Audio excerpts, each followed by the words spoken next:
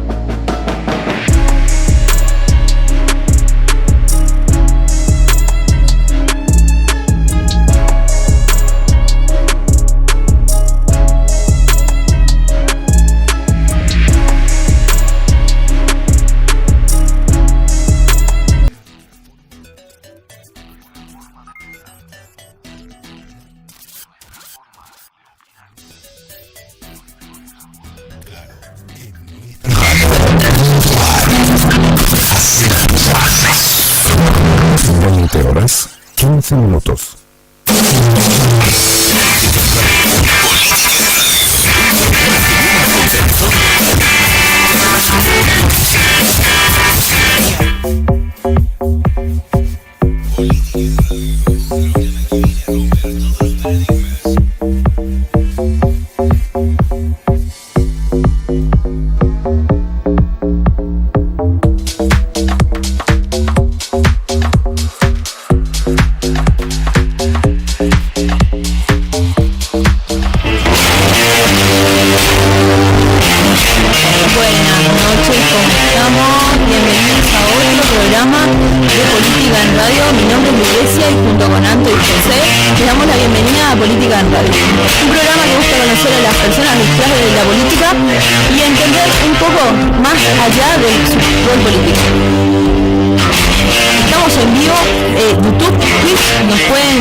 Sus preguntas, ¿qué le preguntarían a un político? Nuestro político invitado de esta noche, por WhatsApp, por redes sociales.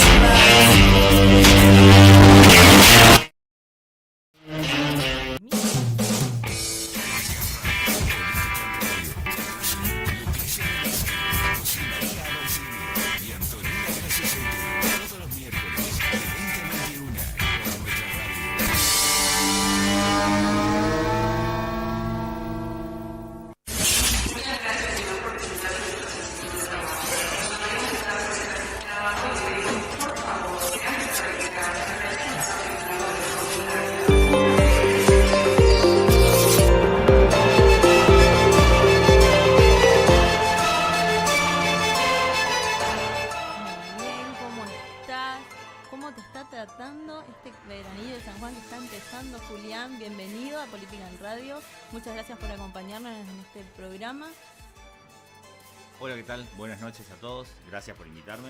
Muy contento de estar acá. Me alegro. ¿Cómo estás? Bueno, viniste menos abrigado que nosotros, eso se nota. Capaz la inspiración del día, ¿no? Te levantó. Claro, la intensidad del día hoy estuviste ajetreado, me imagino. Sí.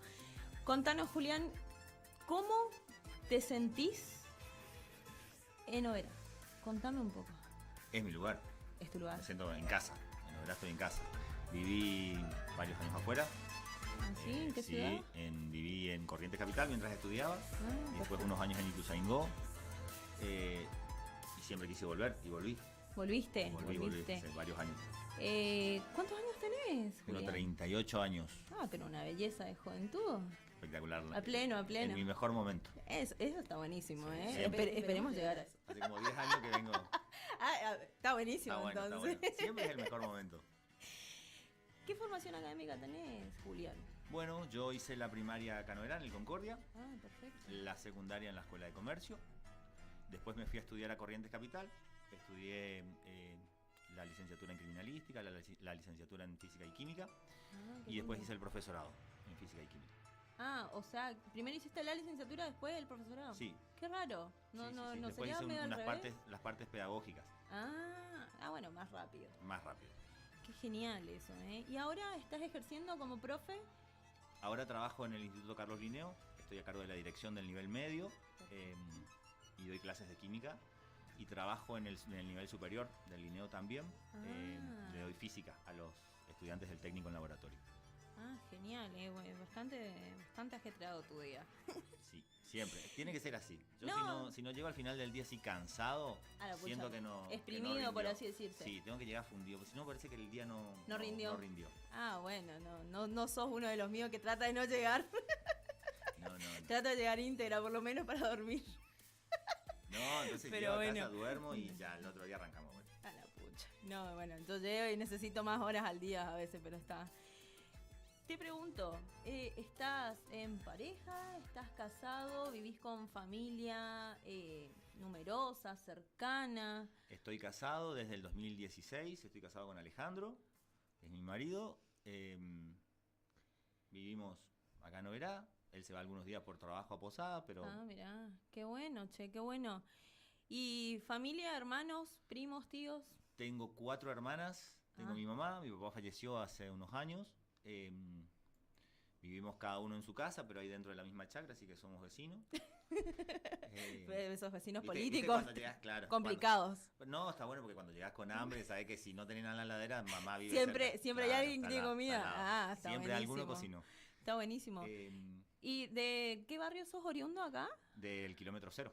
Ah, mirá, qué lindo. Sí, vivo ahí cerca del cementerio sueco. ¿Familia sueca? Familia sueca, siempre ahí. Vamos de nuevo con esta pregunta. Yo sé que ya te lo pregunté. ¿Cómo se pronuncia tu apellido? Pero dale el acento que se merece, ¿no? Bueno, la pronunciación acá más aceptada es Björklund. Pero en realidad, si hablamos con idioma, ¿no? Con idioma es Horkland. Horkland. Que significa tierra de abedules en sueco. Qué hermoso. Sí, está bueno. Está bueno es el cuando uno... próximo tatuaje. próximo tatuaje. Genial, está buenísimo entonces. Te pregunto, a ver, ¿team dulce, team salado? Dulce. Dulce. Definitivamente. A la siesta, el pote de dulce de leche con cuchara. A la pucha. ¿Y cómo haces para mantenerte con el team dulce? Es difícil, ¿eh? Y sí, bueno, sí o sí, entreno 2 horas por día. A la siesta. para bajar esos carbohidratos, sí o sí. Sí o sí. Y te pregunto, además de tu rol como profesor, ¿qué rol andás desempeñando actualmente político? Bueno, yo soy subsecretario del Ministerio de Gobierno. La subsecretaría que dirijo se llama de Servicios a la Ciudadanía. ¿Y qué rol o función presta esa subsecretaría? Bueno, es una subse que se creó hace poquito, la estamos armando, y la idea es justamente acercar todas las políticas del Estado a la gente. ¿Sí? Hay mucha gestión de por medio, mucha gestión. Soy re hincha pelota, le llamo a todos los funcionarios, trato de conseguir, si no tengo el número consigo. La idea es acercar las herramientas que ofrece el Estado a las necesidades de la gente. Y en eso estamos. Buenísimo, genial.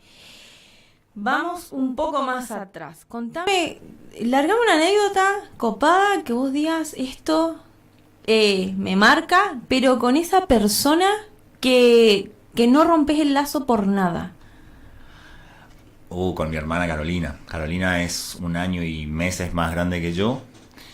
Súper cabezudos los dos. Súper. Mi papá tenía un colectivo en ese momento, que no sé por qué mi papá tenía un colectivo, porque mi papá tenía un secadero de yerba, y a la siesta era escaparnos para... Nos tocaba hacer dormir a mi hermanita más chica, que es 7 años más chica que nosotros, entonces le hacíamos dormir lo más rápido posible para poder escaparnos a jugar. Ese escaparnos a jugar era una batería de macanas una tras de la otra, arrancábamos el colectivo, los tractores, hacíamos choza en los pinales y después queríamos cocinar, o sea, imagínate, queríamos hacer fuego en los pinales. No sé cómo nunca pasó nada, pero cabezudo para disfrutar a full, super, sí o sí. Súper. De pasarme la tarde vagando por ahí en bicicleta, en el karting. ¿Y realizas actividades fuera de tu día a día? O sea, además de tu estructura como profe, en parte de esa subsecretaría, ¿qué más haces? Bueno, me voy al gimnasio, sí o sí, como mi descarga, que me hace muy bien. Eso se podría decir tu cable a tierra, ¿no? Absolutamente. Es mi cable a tierra de todos los días. Después disfruto mucho estar en la chacra. Vivo alejado del pueblo, entonces tengo espacio para plantar cosas y joder un poquito ahí. Probar tus conocimientos en química, claro, un poco, ¿no? Claro, preparar el suelo, a ver qué conviene más para la mandioca y todo eso. Ah, mirá, interesante. Y sí. Tiranos unos tips después, a ver cómo hacemos Bueno, para tener una buena plantación de mandioca en cualquier momento del año. Después disfruto mucho, también aprendí a hacer ahumados, tuve un negocio en su momento.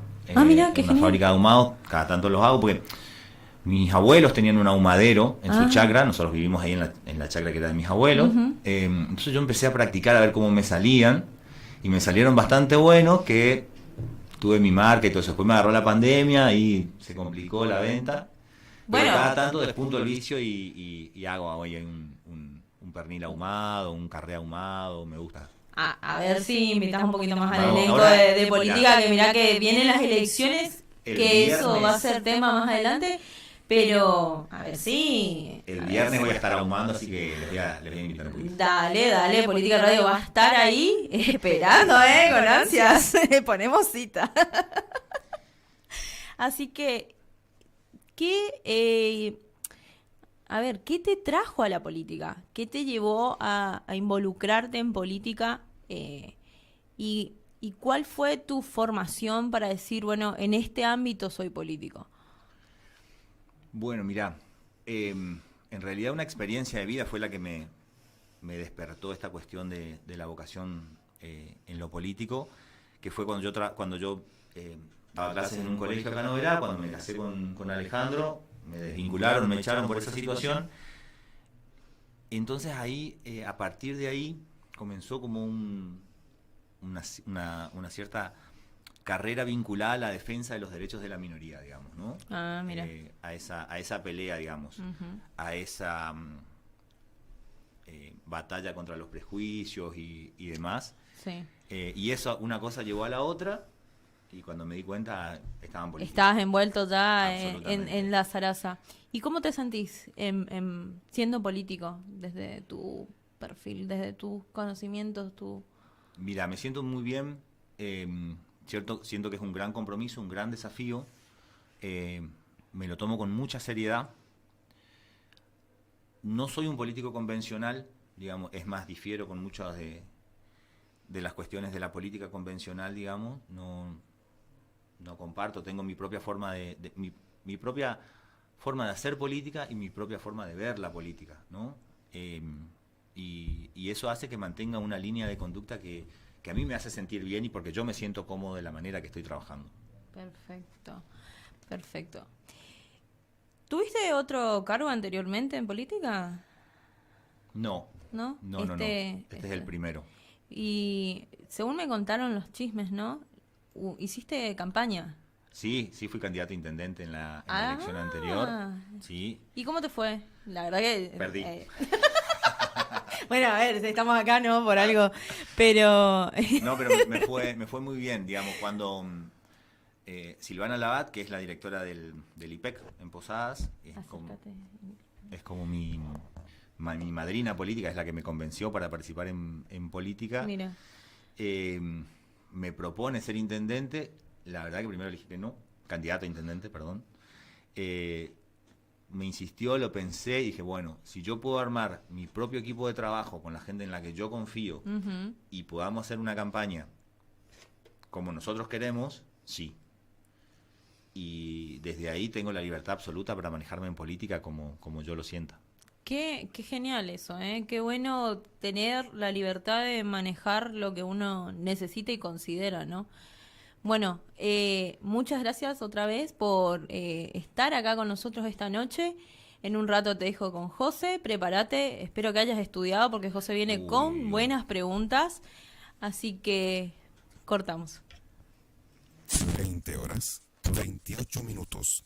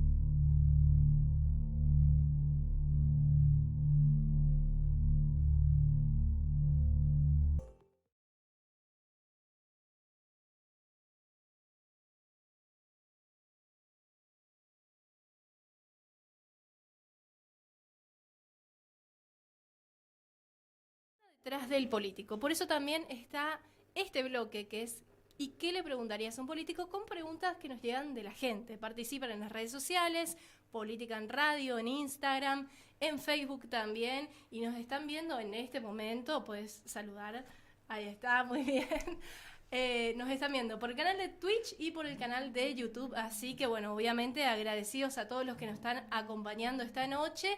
La idea es seguir con las preguntas que nos hicieron llegar ustedes y vamos con la primera. ¿Cómo es ser una persona que viene desde el ámbito privado a trabajar en...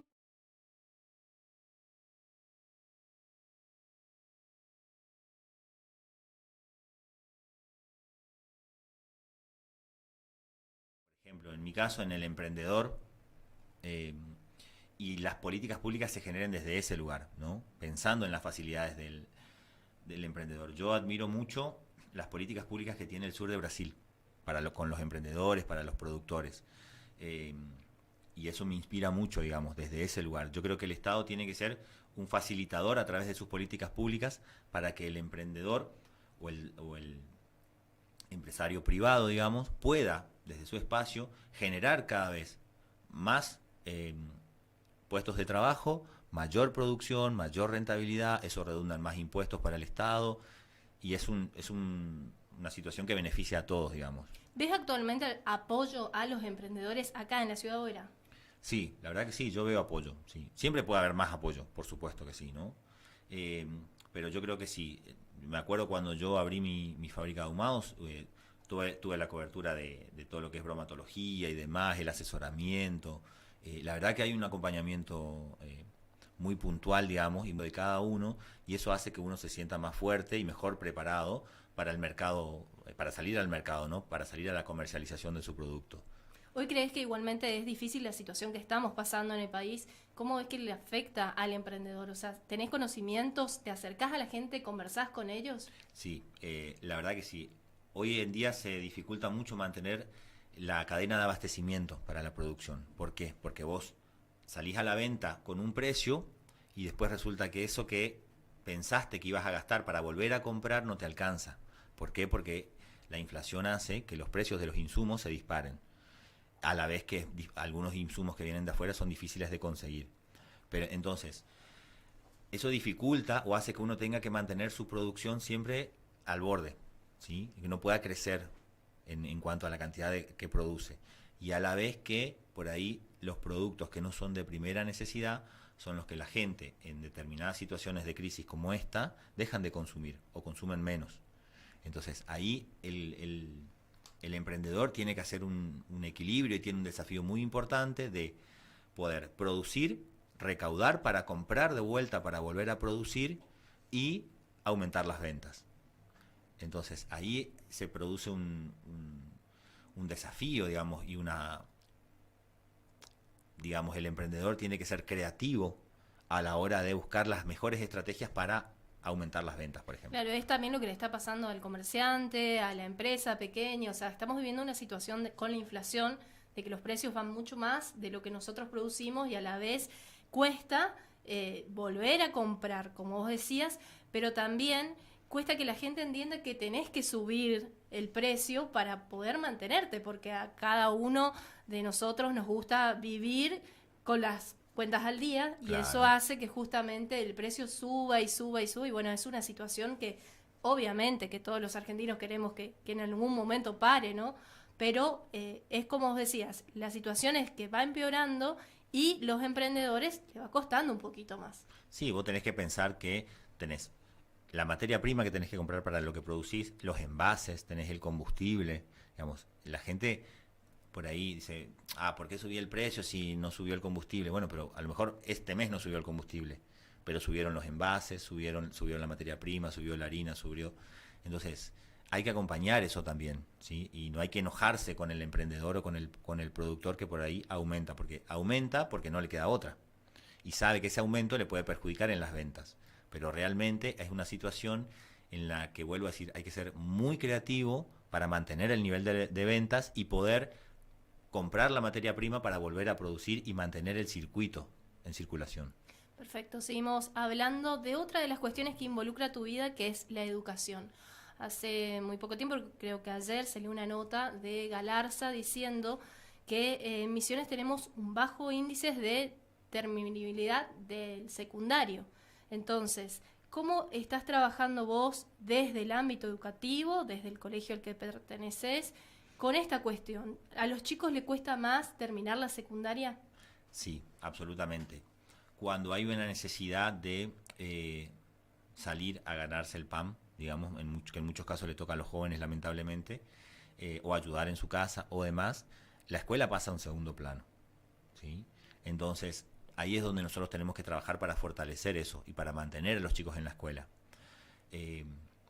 Nosotros, por ejemplo, en el Linneo no tenemos grandes casos de abandono, pero en la escuela pública sí es un flagelo que nos afecta mucho y es un gran desafío. Tenemos que lograr mantener a los estudiantes en la escuela. La pandemia creo que afectó muchísimo. Sin lugar a dudas, la pandemia nos jugó una muy mala pasada en ese sentido. Esta cuestión de la virtualidad hace que muchos hayan perdido el hábito de ir a la escuela, inclusive. Entonces, desde ahí ver las mejores estrategias para que permanezcan en el sistema educativo, brindarle todas las herramientas que se puedan para que puedan terminar su ciclo obligatorio, porque la secundaria es obligatoria, ¿sí? Eso por ahí se pierde de vista. Entonces, los chicos deben terminar la secundaria y eso es una responsabilidad de los padres también, ¿sí? No hay que hacerle responsable a el sistema educativo, sino que los padres tienen la responsabilidad parental. ¿Eso qué significa? Que los padres son responsables de que los chicos accedan a el cumplimiento de sus derechos y uno de los derechos fundamentales es a la educación. Entonces, ahí tenemos que trabajar mucho con las familias para que vean la importancia que tiene de que el chico permanezca en el sistema educativo y que realmente termine la escuela. Y en una situación extrema que vemos a diario, chicos que tienen una familia numerosa con varios hermanos, cuesta más. Y yo creo que ahí también el apoyo del Estado está fallando en algo porque vemos que pueden ser 4, 5, 6 hermanitos de los cuales capaz uno tiene la posibilidad de ir a estudiar. Entonces, ¿cómo crees que el Estado debe apoyar?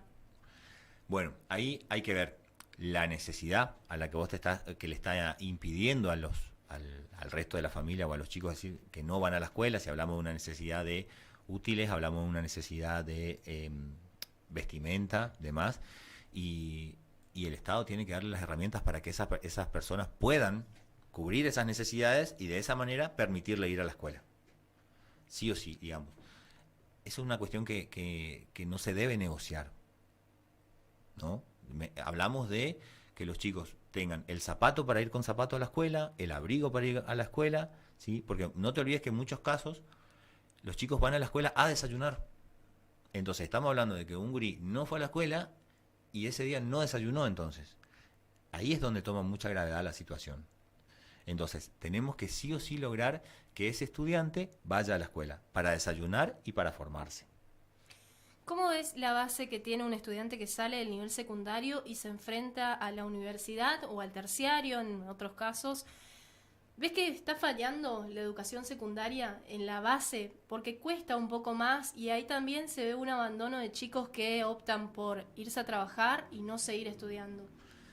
Sí, hay una brecha que se viene agrandando lentamente, digamos, con el tiempo. Y yo digo, por suerte, las universidades no bajaron el nivel, ¿no?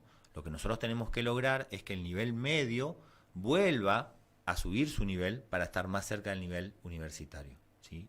Nosotros tenemos docentes muy bien formados, pero a veces, por esta cuestión del abandono o distintos factores que hacen a cada escuela, no se puede lograr esa superación, ¿no? O ese crecimiento del nivel educativo. Cuando hablamos del nivel educativo, en este caso hablamos de lo cognitivo, ¿sí? De los conceptos, de lo conceptual. También tenemos que hablar de la formación en valores y todo lo que significa que un chico esté contenido y acompañado en la escuela.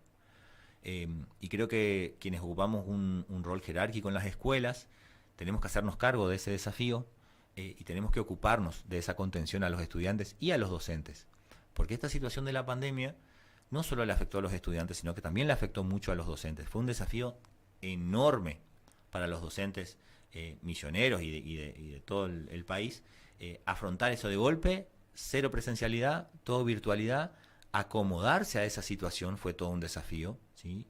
Y realmente hay que acompañar, hay que contener y hay que darle las herramientas para que el docente mantenga su calidad educativa, ¿sí? Mantenga su buena calidad de trabajo, y el estudiante se va a ver beneficiado de eso, digamos. Entonces ahí tenemos que hablar de muchas cuestiones que tienen que ver con el docente. Tenemos que hablar de los salarios docentes, tenemos que hablar de las herramientas a los docentes, ¿sí?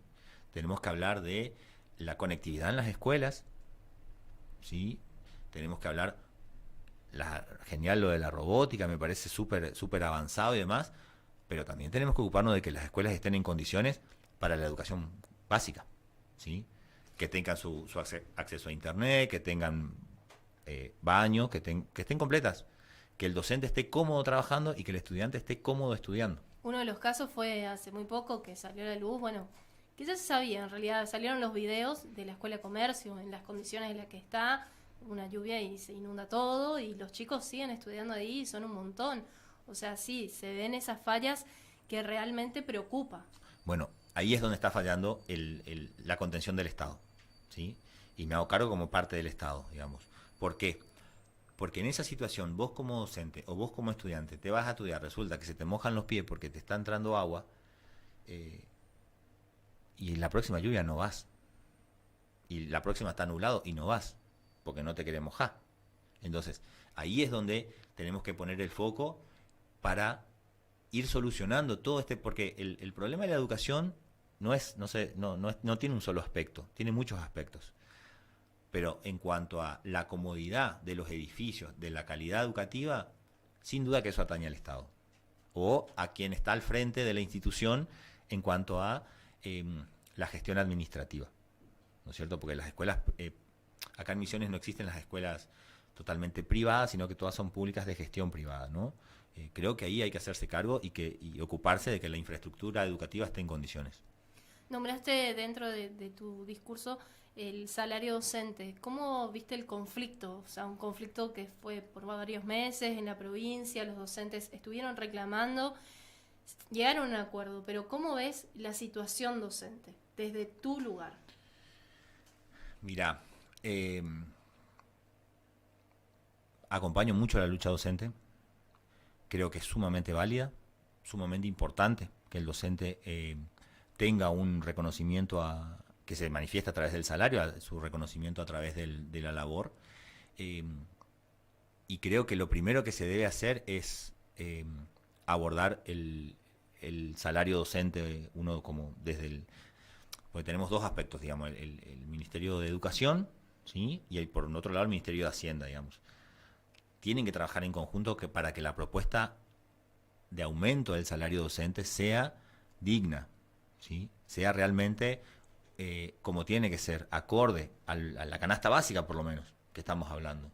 La verdad que sí, se logró un acuerdo, creo que se dilató innecesariamente Muchísimo. ese acuerdo, y que se debería haber arreglado mucho tiempo antes, sin duda. Eso es algo a tener en cuenta y a que no vuelva a ocurrir.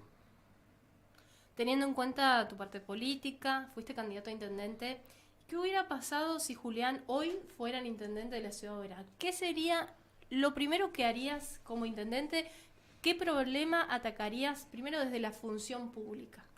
Bueno, a mí me preocupa mucho. Haría una gestión parecida a la que está haciendo Pablo. Yo lo dije antes, me gusta mucho la gestión que está haciendo Pablo. Dinámica, ¿sí? Hay que solucionar el tema del agua. Ese sería el punto 1. Hay que solucionar el tema del agua en Oberá. No puede ser que haya barrios que todavía dependan de que el camión vaya o no.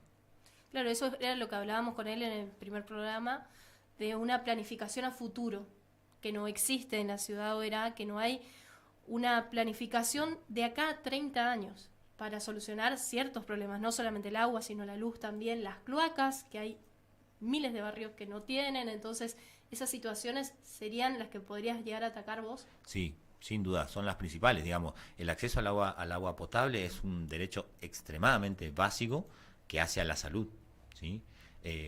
Entonces, ese es el primero. Después, el acceso a la luz, a la energía eléctrica, ¿sí? Obviamente que sí. Y las cloacas también, ¿sí? En ese orden, digamos, de prioridades. tenemos un conflicto ahí con la Celo importante, que es vergonzoso desde mi punto de vista, que tampoco facilita la resolución de esos problemas, ¿no? ¿Cómo es este conflicto desde afuera de la Celo, o dando tu opinión acerca de la situación? Lo veo como un usuario del servicio eléctrico.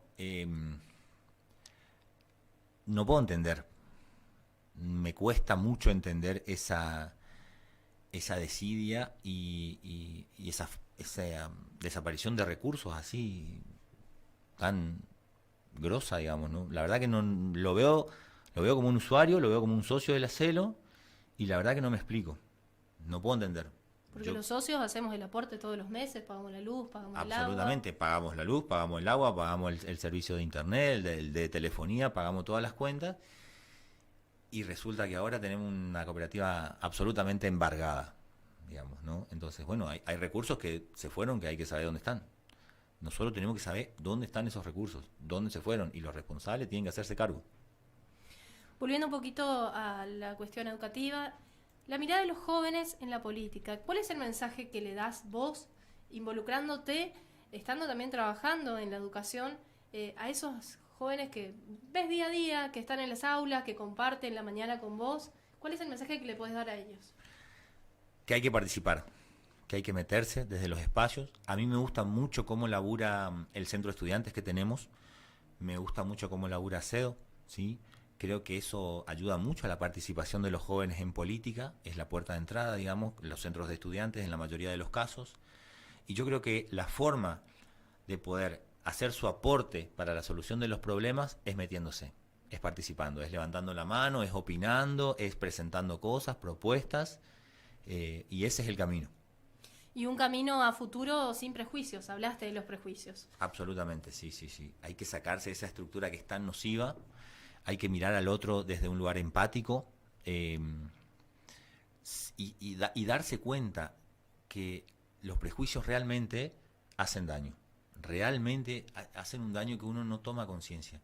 Y cuando uno se pone a analizar por qué actúa así o por qué piensa así, es una pequeña reflexión interna que hay que hacer nomás.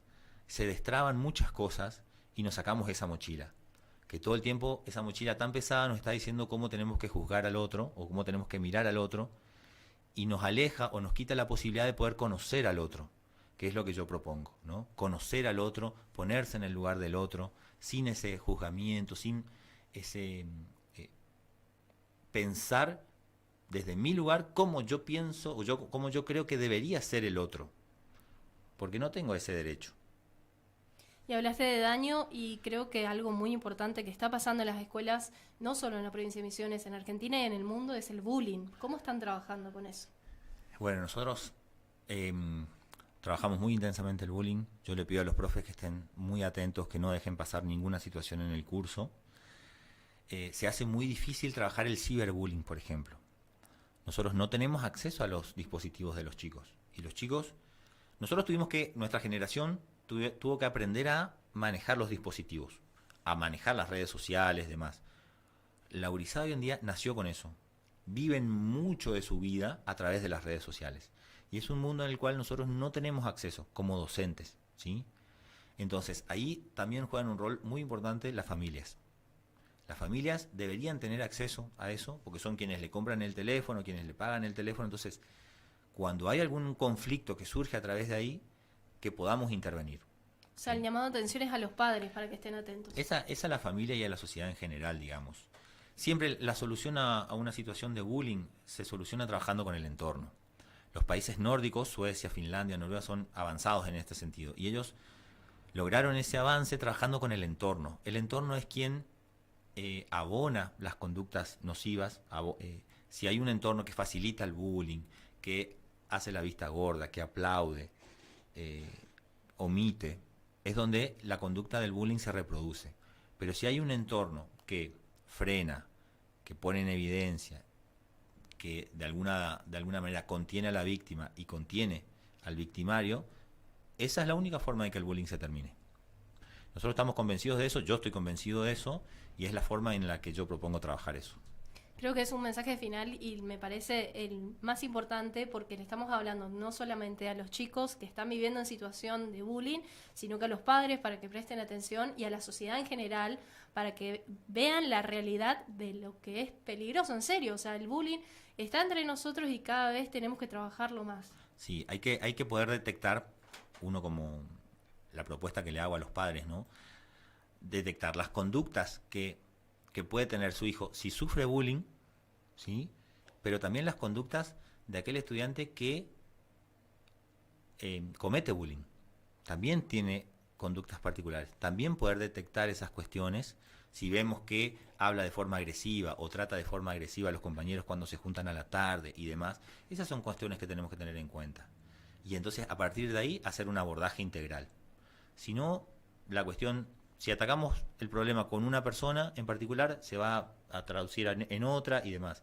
Hay que trabajar con el contexto, con el entorno, y esa es la forma de solucionar el bullying. Con la sociedad entera, porque las situaciones de violencia que estamos viviendo no solo se ven reflejadas en la escuela, sino que en la calle, con cuestiones que a veces vos decís, un accidente de tránsito, la persona reacciona mal, la situación también de violencia de género, que cada vez es mayor, o no sé si se ve más, se publica más, y la verdad que es un riesgo para todos. Sí, la verdad que ese la cuestión de la violencia es un flagelo que tenemos que abordarlo entre todos, y mucho de esa cuestión de la violencia se soluciona con la empatía, es decir, hacer esa pequeña autorreflexión y ponerse en el lugar del otro un ratito para ver por qué el otro está así. Entonces desde ahí uno ya frena esa conducta agresiva que puede tener, o ese pensamiento o ese prejuicio nocivo que lo tenía, ¿no?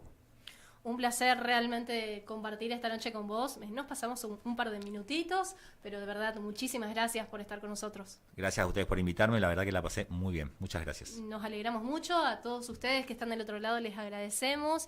Nos encontramos el miércoles que viene con el equipo completo, con Lucrecia, con José. Agradecemos como siempre a Walter por darnos el espacio en esta radio y seguinos, no te olvides en toda esta semana en las redes sociales, Política en Radio, en Facebook, en Instagram, y nos seguís en los canales también de YouTube y de Twitch. Muchas gracias a todos y que tengan unas muy buenas noches.